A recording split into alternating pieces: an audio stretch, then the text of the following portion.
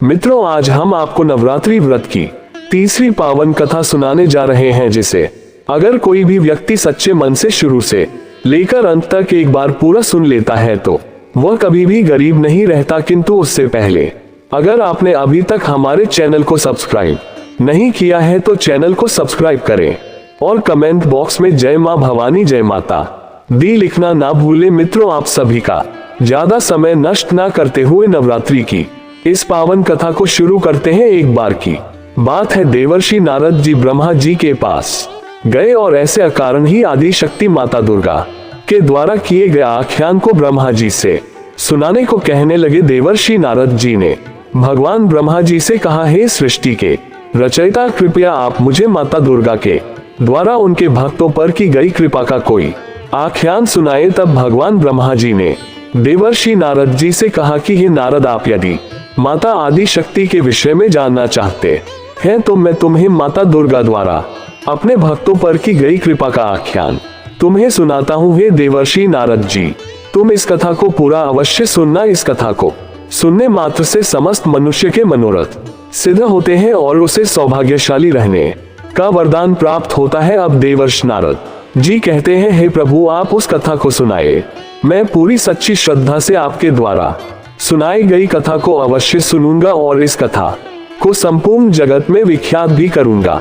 देवर्षि नारद जी की बात सुनकर अब भगवान ब्रह्मा कथा को सुनाना आरंभ करते हैं और कहते हैं कि किसी समय की बात है, किसी नगर में सुरेश नाम का शिल्पकार रहता था। वह अपने हाथों से अच्छी अच्छी मूर्तियां बनाता था, फिर उन मूर्तियों को शहर में जाकर बेच आता था। इस तरह से वह अपने परिवार का पालन पोषण करता था। सुरेश का विवाह एक अत्यंत सुंदर स्त्री के साथ हुआ था, जो बहुत सुंदर होने के साथ बहुत ही दयालु स्वभाव की थी और अच्छी तरह से अपने परिवार का पालन पोषण कर रही थी। ऐसे ही दिन बीत रहे थे, लेकिन एक दिन सुरेश अपनी मूर्तियों को साथ लेकर शहर में बेचने के लिए गया हुआ था और अपनी मूर्तियों को शहर में मूर्तियों के बाजार में बेच ही रहा था कि तभी अचानक से उसकी दुकान पर एक आदमी आता है और सुरेश से मूर्ति लेता है, लेकिन वह व्यक्ति सुरेश को उस मूर्ति का दाम देना भूल जाता है। तब सुरेश उस व्यक्ति को आवाज लगाने लगता है, किंतु वह व्यक्ति उससे बहुत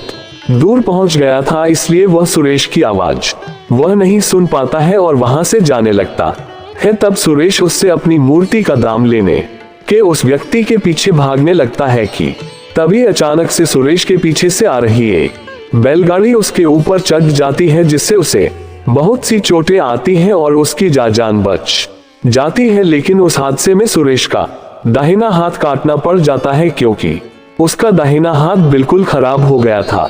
सुरेश एक शिल्पकार था और वह अपने हाथों से मूर्तियां बनाता था। उसके बाद उन मूर्तियों को शहर में ले जाकर बेचा करता था, जिससे उसके परिवार का अच्छी तरह से गुजर बसर हो जाता था। लेकिन उस हादसे में सुरेश दाहिना हाथ कट जाने के कारण उसका जीवन बड़ा ही कष्टम हो गया था। इस बात को लेकर सुरेश की पत्नी भी बहुत ही दुखी रहने लगी थी। सुरेश और उसकी पत्नी माँ दुर्गा की प्रतिदिन पूजा अर्चना किया करती थी। उस दिन भी वे दोनों माँ दुर्गा की पूजा कर रहे थे। तब सुरेश की पत्नी उससे कहती है, हे माँ दुर्गा, हमारे साथ ऐसा क्यों हो गया? हमने ऐसा कौन सा पाप किया है जिसकी आपने हमें इतनी बड़ी सजा दी है? अब हमारा घर कैसे चलेगा? और अब हमें घर चलाने के लिए प्रतिदिन कर्ज लेना पड़ रहा है, तब भी हमारा घर ठीक से नहीं चल पा रहा है। हे माँ, वह कर्ज हम कैसे चुका पाएंगे? इस बात को लेकर मैं दिन रात बहुत ही चिंतित रहती हूँ और आज से कुछ ही दिनों बाद नवरात्रि भी आ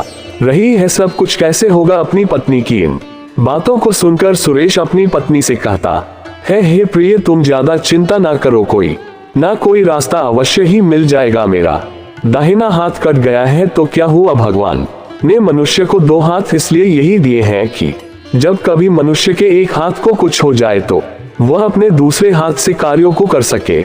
इसलिए मैं अपने एक हाथ से ही मूर्तियां बनाऊंगा, फिर उन मूर्तियों को शहर ले जाकर बेचूंगा। तब सुरेश की पत्नी अपने पति से कहती है, हे स्वामी, आप ये कैसी बात कर रहे हैं? आपको पता है ना कि अब आपका दाहिना हाथ नहीं बचा है, इसलिए आप बाएं हाथ से कैसे मूर्तियां बना पाएंगे? फिर सुरेश अपनी पत्नी से कहता है, हे प्रिय, वह सब देवी माँ देख लेंगी और वैसे भी नवरात्रि का महापर्व आने वाला है, इसलिए कई सारे लोग मेरे पास देवी माँ की मूर्तियां बनवाने के लिए आएंगे, लेकिन अगर मैं ऐसे ही घर में बैठकर अपना हाथ कट जाने का शोक मनाता रहा तो मैं कुछ नहीं कर पाऊंगा और मैं अपने परिवार का पालन पोषण भी नहीं कर पाऊंगा, जिसके लिए मुझे दुकान पर जाना ही पड़ेगा अपनी पत्नी से। इतना कहकर बड़े ही आत्मविश्वास के साथ सुरेश अपनी दुकान पर चला जाता है और अपनी दुकान पर पहुंचकर वह अपने मन में सोचने लगता है कि आज से ही मुझे वापस अपना काम शुरू कर देना पड़ेगा, क्योंकि नवरात्रि आने में ज्यादा दिन नहीं बचे हैं। इसलिए मैं अगर एक भी मूर्ति नहीं बना पाया तो मुझे और मेरी पत्नी को भूखा ही रहना पड़ेगा। लेकिन अगर मैंने किसी भी तरह से एक मूर्ति बना ली तो उसे बेचने पर कुछ तो धन मिल ही जाएगा, जिससे मेरे परिवार का पालन पोषण हो जाएगा। अपने मन में इतना सोचकर सुरेश मूर्ति बनाने लगता है, लेकिन उसका दाहिना हाथ कट जाने के कारण उसे मूर्ति बनाने में बहुत ही परेशानी हो रही थी, क्योंकि एक हाथ से मूर्ति बनाना बहुत ही कठिन काम होता है। इसलिए सुरेश मूर्ति को बार बार बनाता और वह मूर्ति बार बार बिगड़ जाती थी, लेकिन वह मूर्ति अच्छी नहीं बन पाती थी। सुरेश प्रतिदिन अपनी दुकान पर पहुंचकर अपने एक हाथ से मूर्ति बनाने का प्रयास करता रहता है और धीरे धीरे उसकी मूर्तियां भी बनने लगती हैं, लेकिन एक हाथ से मूर्ति बनाने के कारण उसे थोड़ी देर लग जाती है। उस मूर्तियां को बनाने के बाद सुरेश अपने घर वापस चला जाता है। तब उसकी पत्नी उससे कहती है, हे नाथ, क्या हुआ? देवी माँ की मूर्तियां अभी तक तैयार नहीं हुई। अपनी पत्नी की बात सुनकर सुरेश अपनी पत्नी से कहता है, हे प्रिय, मैं कोशिश तो बहुत कर रहा हूँ, लेकिन मूर्तियां अभी तक पूरी नहीं बन पाई हैं। तब सुरेश की पत्नी उससे कहती है, आप देख लीजिए, आज शाम तक का ही समय है, अगर पूरी मूर्तियां बन जाएंगी तो सही है, नहीं तो हमें काफी देर हो जाएगी, क्योंकि सभी लोगों ने नवरात्रि के लिए मूर्तियां खरीद ली हैं। फिर सुरेश अपनी पत्नी से कहता है, देखते हैं भाग्यवान देवी माँ तो है ही। उसके बाद सुरेश अपने मन में एक आश लेकर अपनी दुकान की ओर निकल जाता है और देवी माँ की अधूरी मूर्तियों को पूरा करने में लग जाता है। सुरेश को उन मूर्तियों को बनाते हुए सुबह से शाम हो जाती है और उसकी मूर्ति भी अब बनकर तैयार हो जाती है। तब सुरेश अपने मन में सोचते हुए कहता है, हे देवी माँ, अब मूर्ति बनकर तैयार हो गई है, अब मैं इन मूर्तियों को बाजार में ले जाकर बेच देता हूँ, जिससे मुझे कुछ धन मिल जाएगा, तो मेरे घर की थोड़ी बहुत स्थिति सुधर जाए। अभी सुरेश अपने मन में ये सोच ही रहा था कि तभी अचानक से उसकी दुकान पर एक छोटी सी लड़की आ जाती है और वह छोटी बच्ची सुरेश से कहती है, सुनिए, क्या आप मुझे एक देवी माँ की मूर्ति दे सकते हैं? क्योंकि मैं चाहता हूँ कि इस नवरात्रि देवी माँ की स्थापना करूंगी, इसलिए अगर आप मुझे एक देवी माँ की मूर्ति दे देंगे तो आपका मेरे ऊपर बड़ा उपकार हो जाएगा। उस छोटी लड़की की बात सुनकर सुरेश उस छोटी सी लड़की से कहता है, हे पुत्री, यह मूर्ति बेचने के लिए है, इसलिए मैं आपको यह मूर्ति ऐसे नहीं दे सकता हूँ। तब वह छोटी लड़की सुरेश से कहती है, मैं आपसे निवेदन करती हूँ कि आप कृपया करके मुझे यह मूर्ति दे दे, और मेरे पास धन भी नहीं है, लेकिन मैं इस बार माता की स्थापना करना चाहती हूँ, इसलिए अगर आप मुझे यह मूर्ति दे देंगे तो मैं देवी माँ से कहूंगी कि वे आपकी सभी परेशानियां और मनोकामनाओं को पूर्ण कर दे। उस छोटी लड़की की बात सुनकर सुरेश अपने मन में सोचने लगता है कि यह छोटी लड़की बढ़िया लेकर मेरे पास आई है, इसलिए मैं इसे खाली कैसे भेज सकता हूँ। लेकिन अगर मैं ये मूर्ति इस लड़की को मुफ्त में दे दूंगा तो मेरे घर का गुजर बसर करने में बड़ी ही कठिनाई आ जाएगी, किंतु मैं इस लड़की को ऐसे निराश भी नहीं कर सकता हूँ, क्योंकि यह भी तो देवी माँ का ही रूप है। इसलिए छोड़ो, मेरी परेशानियां तो देवी माँ दूर कर ही देंगी, मैं इस लड़की को यह मूर्ति दे देता हूँ। अपने मन में इतना सोचकर सुरेश उस छोटी लड़की से कहता है, ये लो पुत्री, तुम ही यह मूर्ति रख लो, मैं बेचने के लिए दूसरी बना लूंगा। फिर सुरेश उस छोटी लड़की को वह मूर्ति दे देता है। सुरेश उस छोटी लड़की के हाथ में जैसे ही देवी माँ की मूर्ति रखता है, वैसे ही वह छोटी लड़की अपना रूप बदल लेती है और साक्षात देवी माँ के रूप में आ जाती है। सुरेश साक्षात देवी माँ को अपने सामने देखकर बड़े ही आश्चर्य में पड़ जाता है। फिर तुरंत ही देवी माँ के चरणों में गिर जाता है और माँ दुर्गा से कहता है, हे माँ, आज आपके दर्शन पाकर मेरा पूरा जीवन सफल हो गया है और आपने इस तुच्छ मनुष्य को दर्शन देकर मेरा जीवन सफल कर दिया है। तब माँ दुर्गा सुरेश से कहती है, उठो वत्स, मैं तुम्हारी भक्ति और सच्चाई से बहुत ही प्रसन्न हूँ कि कैसे तुम अपने मुश्किल समय में भी मेरा नाम जपते रहे और कैसे तुमने बिना अपना कोई फायदा देखे एक लड़की की निस्वार्थ भाव से सहायता की है। इसलिए मैं तुमसे बहुत प्रसन्न हूँ। हे पुत्र, मैं तुम्हें एक वरदान देती हूँ कि तुम जिस भी मिट्टी को अपने हाथ से छुओगे वह मिट्टी एक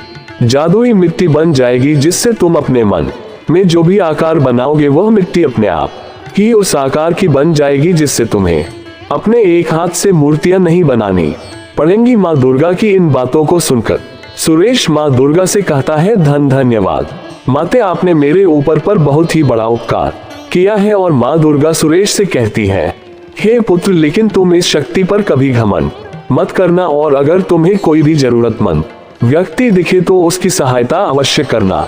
सुरेश से इतना कहकर देवी माँ वहां से अंतर्ध्यान हो जाती है। इस वरदान के मिल जाने के बाद सुरेश को ऐसा लग रहा था कि जैसे उसे उसके दोनों हाथ मिल गए हो। फिर सुरेश प्रतिदिन अपने हाथों से मिट्टी को छूता और उस जादुई मिट्टी को अपने मन के अनुसार आकार बना देता था, जिससे अब उसे मूर्ति बनाने में कोई कष्ट नहीं हो रहा था।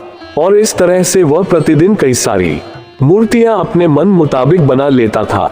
उसके उन मूर्तियों को बाजार में बेच आता था और उसकी बनाई मूर्तियां बहुत ही सुंदर और आकर्षक होती थी। सुरेश की मूर्तियां इतनी आकर्षित और सुंदर होती थी कि उसकी मूर्तियों को खरीदने के लिए लंबी लाइनें लगने लगती थी और सुरेश की मूर्तियां खरीदने के लिए दूर दूर के नगर से लोग आते थे और उसकी मूर्तियां लेकर जाते थे। ऐसे ही दिन गुजर रहे थे। फिर देखते ही देखते देवी माँ के वरदान से सुरेश के दिन सुधर जाते हैं, उसके सारे कर्जे भी खत्म हो जाते हैं और अब सुरेश की पत्नी भी प्रसन्न रहने लगी थी। अब सुरेश को किसी भी चीज की कोई कमी नहीं थी, क्योंकि अब उसके पास वह सब कुछ था जिसकी उसे कभी जरूरत पड़ती थी।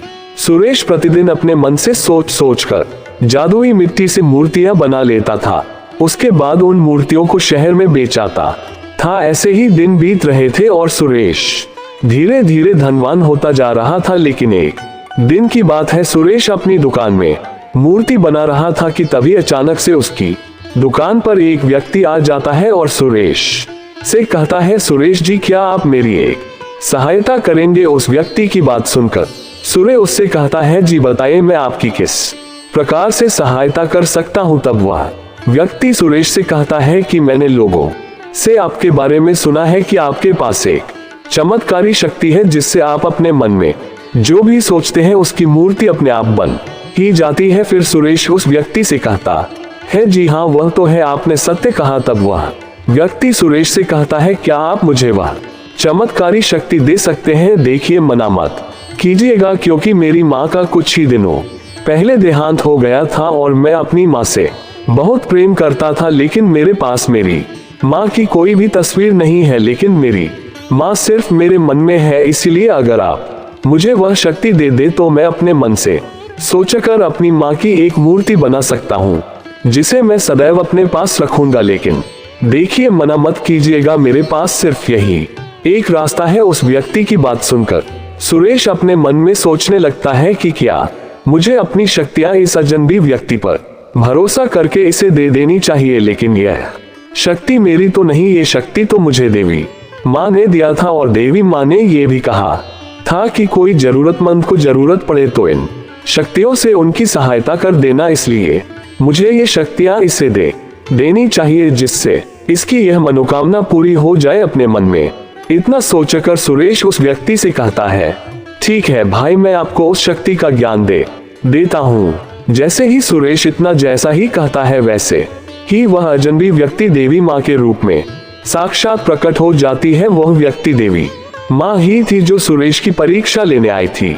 देवी माँ को देखकर सुरेश उनके चरणों में गिर जाता है। तब माँ दुर्गा सुरेश से कहती है, उठो वत्स। फिर सुरेश दुर्गा माँ से कहता है, हे माँ, ये क्या खेल था? तब देवी माँ सुरेश से कहती है, हे पुत्र, मैं तेरी परी दीक्षा लेने आई थी कि कहीं तुम मेरी बताई बातों को भूलकर इन शक्तियों पर अपना अधिकार तो नहीं बना रहे हो, लेकिन तुमने मुझे अपनी सच्चाई व ईमानदारी से फिर से प्रसन्न कर दिया है। इसलिए हे पुत्र, मैं तुझे वरदान देती हूँ कि तुम्हारी सभी मनोकामनाएं अवश्य पूर्ण हो जाएगी, जिससे तुम कभी भी गरीब नहीं रहोगे। सुरेश से इतना कहकर माँ दुर्गा वहां से अंतर्ध्यान हो जाती है। फिर सुरेश अपनी पत्नी के साथ सुख पूर्वक से अपने जीवन का निर्वहन करने लगता है। अब भगवान ब्रह्मा कहते हैं, हे देवर्षि नारद जी, यही थी आदि शक्ति देवी माँ दुर्गा की कथा। अब भगवान ब्रह्मा की बात सुनकर देवर्ष नारद जी कहते हैं, हे प्रभु, आपका मुझे इस कथा का अवलोकन करने के लिए दिल से